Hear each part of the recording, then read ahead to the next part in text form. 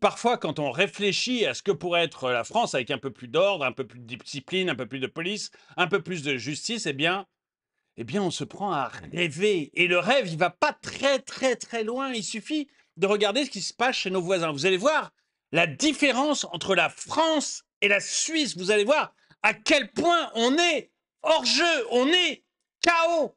Et à quel point vous allez avoir envie d'habiter en Suisse.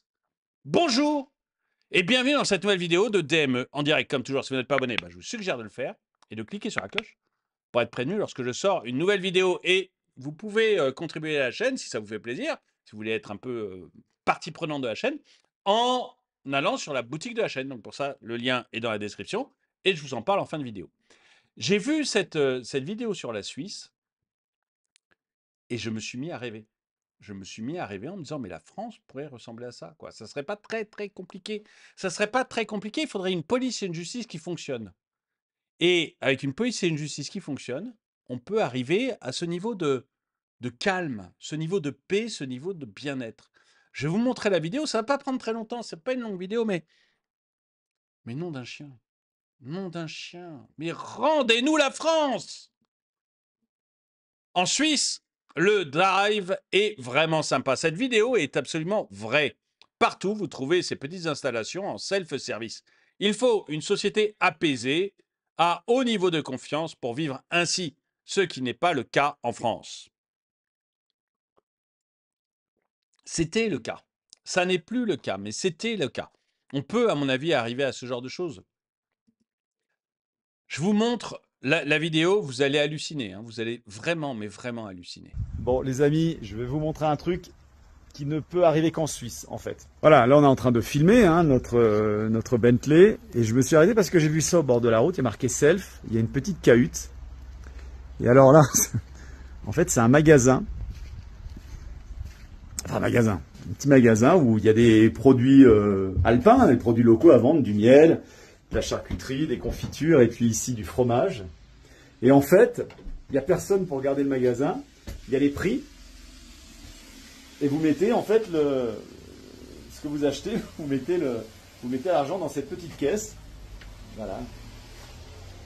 Alors imaginez, enfin, je ne veux pas être mauvaise langue, mais enfin, vous doutez bien qu'un truc comme ça en France, au bout de 10 minutes, il n'y aurait absolument plus rien à l'intérieur. Et ici, voilà, tout est mis à disponibilité comme ça. J'adore. Et je crois que je vais aller prendre du fromage d'ailleurs. C'est impressionnant. C'est impressionnant d'arriver à ce niveau de civilisation. Vous pouvez, comme ça, laisser vos produits, mettre le prix, et les gens vont dire, bah voilà, j'ai acheté tant de fromage, j'ai acheté tant de miel, je dois tant, je mets l'argent dans la petite caisse, et je vais partir avec mes produits. Et vous avez confiance que les gens vont le faire, vous avez confiance que personne ne va vous piquer votre petite caisse, que personne ne va essayer de la fracturer.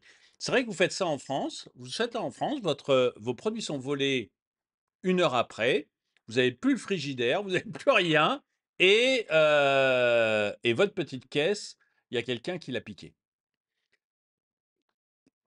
Moi, vraiment, ça me fait rêver. On va voir les commentaires. C'était possible avant l'invasion migratoire, saison 1, qu'a été le regroupement familial décidé par Giscard.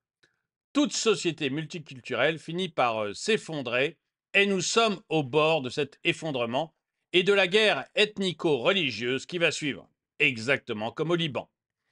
Je crois que j'ai fait une vidéo sur le Liban et on voit effectivement comment les choses se sont détraquées au Liban.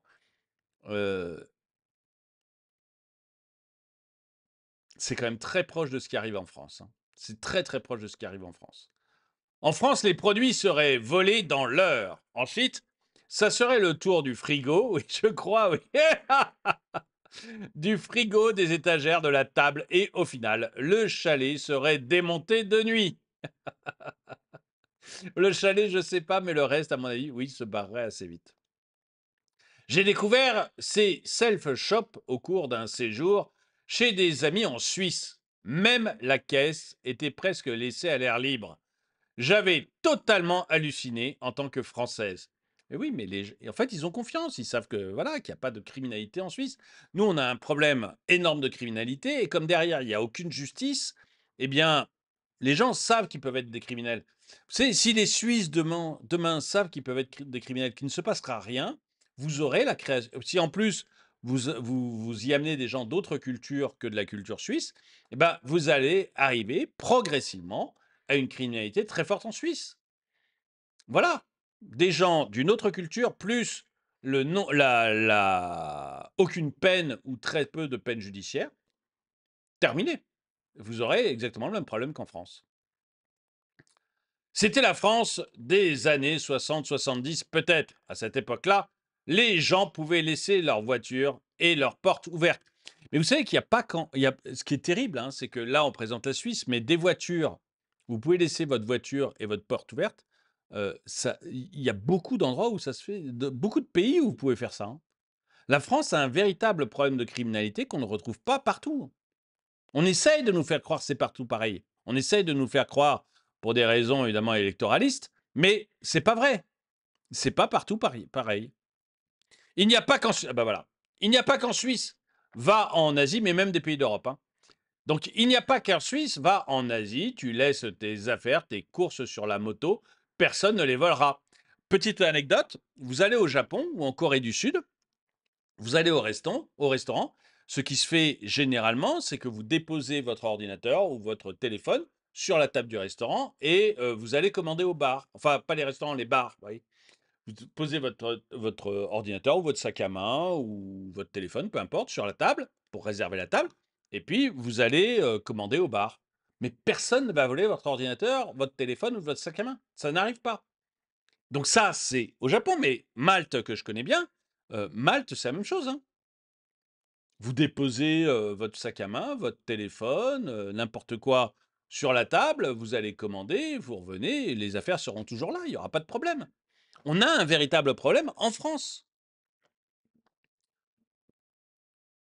Tu laisses ton tel portable sur la table du café, il restera. Tu as dans des marchés des tables avec des bouteilles d'eau et la boîte pour payer à côté, sans personne. Mais oui, mais parce qu'il y a des pays où fondamentalement on est honnête, où fondamentalement il y a une justice, et voilà, on applique la loi. Vous avez complètement raison. Regardez ce tweet. Ah oui, oui, j'ai vu ce tweet, il est hallucinant, hallucinant. Donc il y a un jeune, Julia Cabrère en Y, bon évidemment avec le drapeau palestinien, toujours, les gauchos ont toujours le drapeau palestinien sans même savoir ce que c'est, mais bon, tant pis. Enfin, si, ils savent que c'est le drapeau palestinien, mais ils savent pas ce qu'est la Palestine, mais c'est pas grave. Euh, et évidemment, le gaucho nous dit le mec derrière moi qui me balance, vous avez oublié des trucs dans votre sac. Bien devant la caissière, mes sales chiens, il y en a, faut vous choquer. Bah, bravo à lui, c'est quelqu'un d'honnête. Ferme bien ta gueule, facho.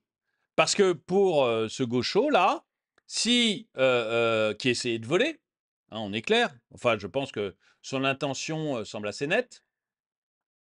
Je me trompe peut-être, vous me direz dans les commentaires, mais son intention est pour le moins louche. Quand quelqu'un d'honnête, c'est un facho.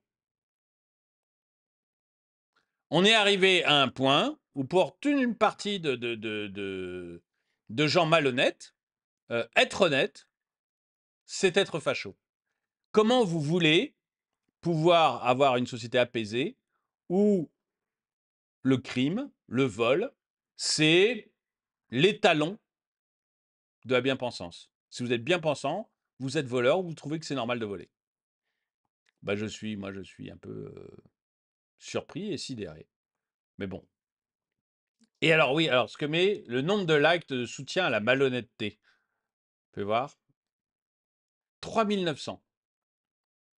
C'est-à-dire qu'il y a au début 22 000 personnes qui trouvent que c'est choquant de montrer que le gars est en train de voler. Mais il y en a 4000 qui trouvent que d'être honnête, c'est être facho. Bon, c'est un monde. Moi, je ne peux pas dire mieux, hein, c'est un monde. C'est pas forcément le monde qui me plaît le plus. En France, il faut ça. Ça fonctionne bien, mais l'investissement de départ n'est pas le même.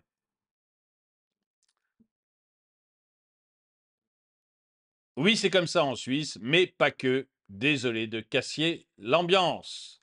Non, mais je suis d'accord, hein, il y a vraiment pas que en Suisse que ça se passe comme ça, mais bon, j'en ai parlé. Voilà des petites maisons, suisses. Ah non, là, c'est en Scandinavie. Donc, voyez, moi, je vous ai parlé de Malte. Il y a pas de petites maisons comme ça à Malte, mais à Malte, vous pouvez laisser votre téléphone, votre ordinateur sur la table, aller commander, il se passera rien, hein, on va pas vous les voler. Là, vous voyez, donc on vous a montré la suite, là, c'est la Scandinavie. Il y a ça en Scandinavie. On peut le trouver en Scandinavie. Donc, vous voyez, il y a vraiment, la France a vraiment un problème avec l'honnêteté. La France a vraiment un problème avec truc. C'est pareil avec les journaux suisses. Voilà, vous avez des boîtes, vous allez récupérer votre journal, vous laissez l'argent. Tout va bien.